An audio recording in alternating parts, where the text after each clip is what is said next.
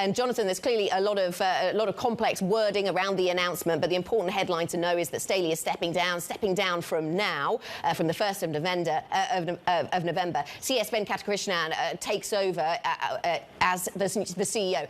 I suppose the timing and the abruptness of Jess Staley's departure will be a surprise to those like you who follow the banking sector here in the UK. But the fact that he is going, maybe not so, because the conversation around succession had been taking place for a long time. Yeah, morning. Absolutely. It is definitely a shock, without any doubt, because we were talking about succession this time last year. And let's not forget, his tenure hasn't been without controversy, for example, the whistleblower scandal. So I think the market has begun to kind of think, well, maybe he will do another couple of years.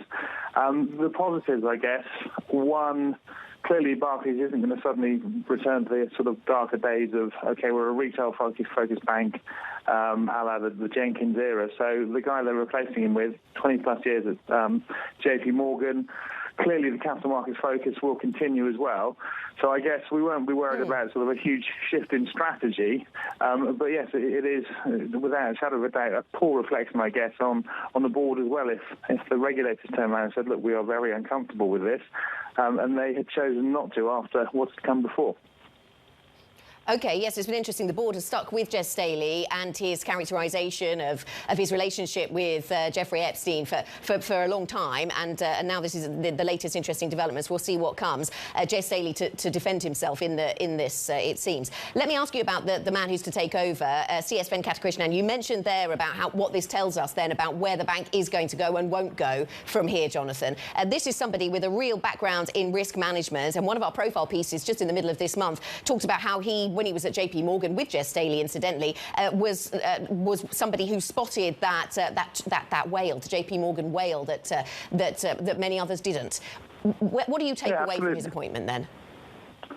Well, as I say, I think the key thing is that we're not suddenly going to sit here thinking we're going to get a massive shift in strategy, because the last thing you want in this environment is to be refocusing heavily on UK retail. And clearly, as you say, he's got a very impressive track record in risk management.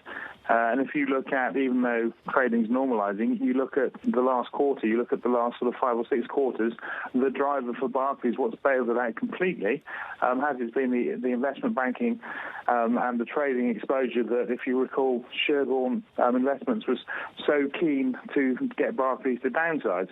So safe pair of hands by the looks of it, and I suspect that beyond the initial shock, and as I say, a somewhat poor reflection on the board, given the whistleblower scandal, etc., I guess his 9 lives run out.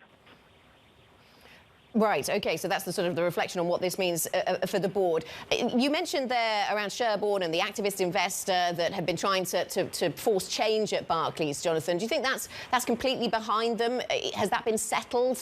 I remember when we spoke to Jess Staley just a week or so ago about results, and my colleague Mark Cudmore asked Jess Staley about, how do you rub up against the US giants, when you've got this investment bank and a European retail operation. And he was defending that and saying that it was great to offer a counterweight to all of the big US investment banks, and actually clients like that sort of diversification of using Barclays as well. Do you think that has been settled? Yes, I don't think this changes anything. I mean, the last 2 years have demonstrated the wisdom of that strategy.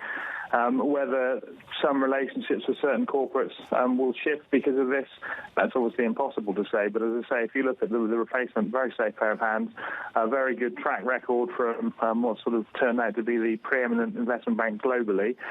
So I don't see any particular reason to worry beyond the initial surprise of was the board wrong to allow this to happen.